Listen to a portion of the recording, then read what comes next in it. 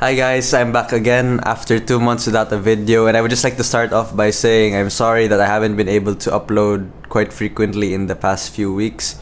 I've been quite caught up with school, and uploading content on a regular basis has been quite a challenge for me. But right now, I'm determined to get back on track starting with this video. This video is going to be about dimsum, which, as you know, I'm here in Hong Kong, and dimsum is definitely one of the most popular dishes you have to try whenever you get the chance to come here. So we're going to be looking at two dimsum restaurants here, two dimsum establishments. And the special thing about these places is they both have the prestige of having been mentioned in the Michelin guide. So Restaurant A is more of a single branch restaurant, so it might not be as well known as Restaurant B, which is actually a franchise right now with branches in different countries. But the point of this video is not to decide a winner or a loser, but it's instead to take a look at the elements of both establishments and compare them, just to have a general comparison between the two. So if you haven't yet, please also subscribe to this channel, and if you enjoyed my content, you can also recommend to me what kind of content I should be making in the future. I always appreciate reading your comments, so thank you. Stick around and enjoy the video.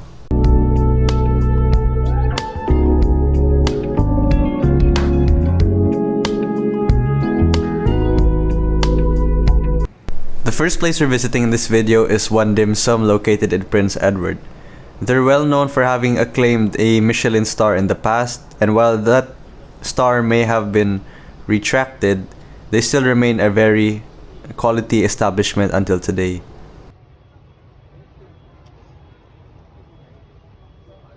You're given a look at the menu outside, and you check the boxes of what you want to order accordingly.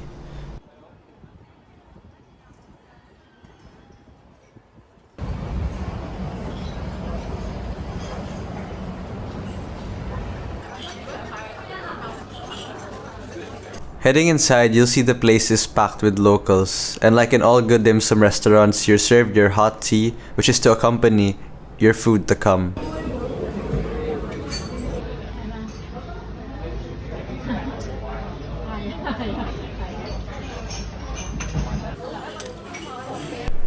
We ordered a variety of dishes to test out the different dim sum they had to offer.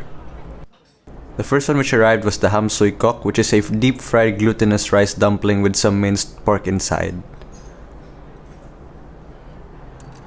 Dipping it into chili sauce is always a good option.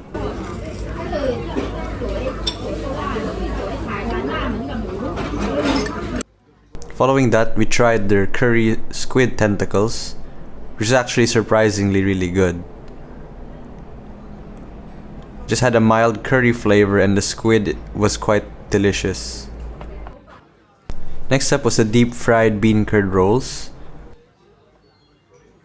And inside you can see there's an assortment of vegetables, there's some mushroom, and also a bit of shrimp. You can dip it into the black vinegar for a bit of sourness. It's really good, crunchy, and the vegetables are really fresh. Next up, we had the chu chow dumplings. And inside you'll see there are a mix of vegetables such as peanuts, chives, and also some tiny shrimp. This one was probably my favorite of the lot, but it was still a good one to try. Next up was a real specialty, the hakao, or the shrimp dumplings. Inside you can see a big piece of shrimp there. And this was definitely one of my original favorites to have in a dim sum meal. Dip it into a bit of chili sauce as well to add a bit of heat. And it goes really well together. But of course you have to have the traditional shumai, your pork and shrimp dumplings, one of the most iconic dim sum arguably in the world.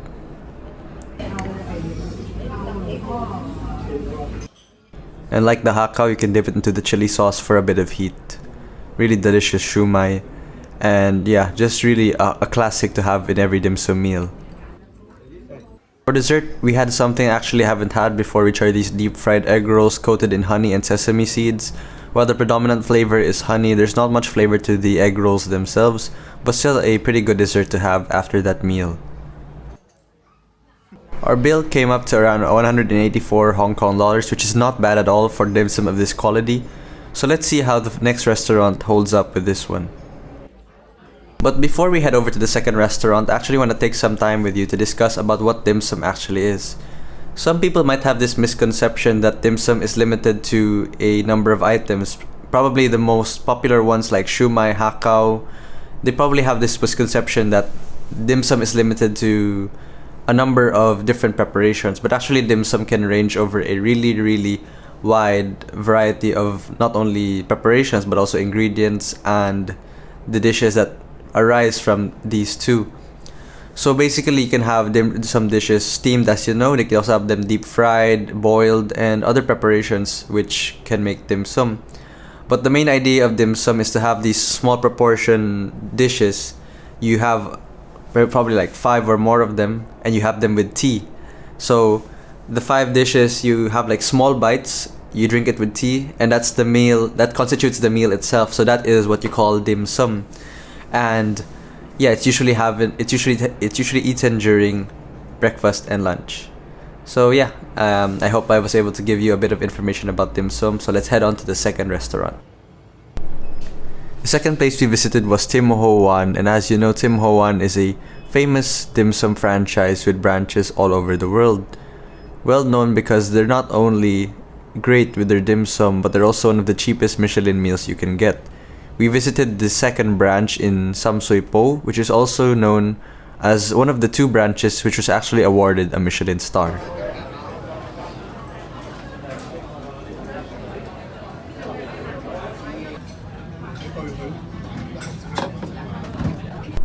One of the difference between this place and one dim sum is you actually have to wash your own utensils here just by pouring a bit of tea into this bowl and rinsing your utensils lightly, as I do here.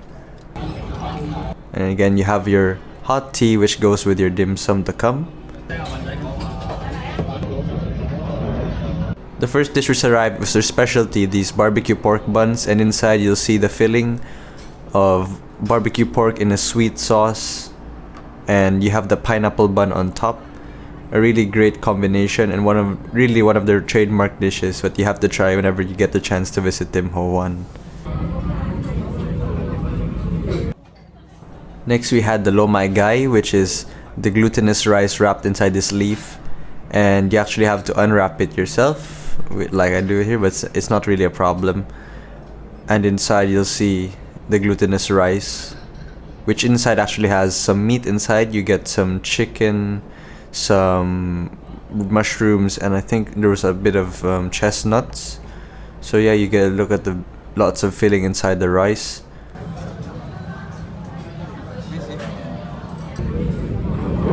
The meat inside the rice was really tender, and the glutinous rice itself went well with the different elements inside of it. I think it was a really savory dish and one I really enjoyed.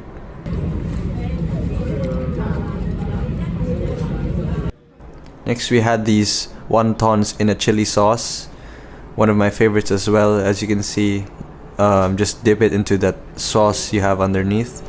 Quite spicy, but also very savory with the minced pork filling inside the wontons. Next we have these deep fried spring rolls with egg white and shrimp inside, another favorite of mine. Just dip it with a bit of vinegar to add a bit of sourness, and it's really crispy, really savory. I really enjoyed it as well, and as you can see, there's a lot of filling inside, making it a really favorite of mine. Once again, we ordered the ham soy kok, just to give a taste in comparison of what the 2 restaurants' different ham soy koks taste like. And as you can see here, similar filling inside. I think yeah, it's quite even in terms of the ham soy kok battle. Both are really good. Then we ordered the hakao again, the shrimp dumplings.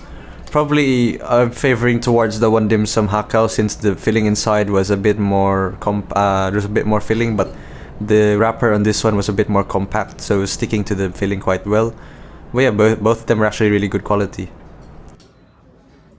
Lastly, we got their shumai as well. Probably have to give the shumai battle to Tim Ho Wan. As you can see, different toppings on top, but just probably the flavor of the pork in this shumai was a bit more savory. Probably why I liked it a bit more, and you can have it with a bit of chili sauce as well on top.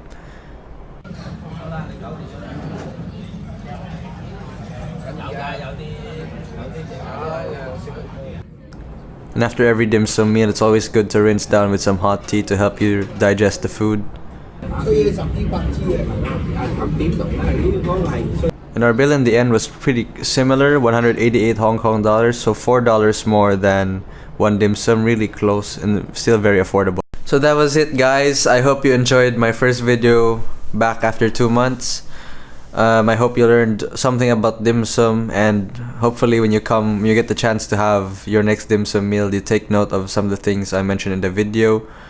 And yeah, I'll be trying to upload more frequently, probably every 2 weeks on the Saturday of that week. So yeah, I'll do my best to keep it coming, and I hope you continue to support the channel. Like I said, if you haven't yet, please subscribe. If you enjoyed the video, please leave a like down below, and feel free to comment anything, any suggestions, any recommendations for upcoming videos. I really appreciate all the support, so thank you. And that'll be it from now.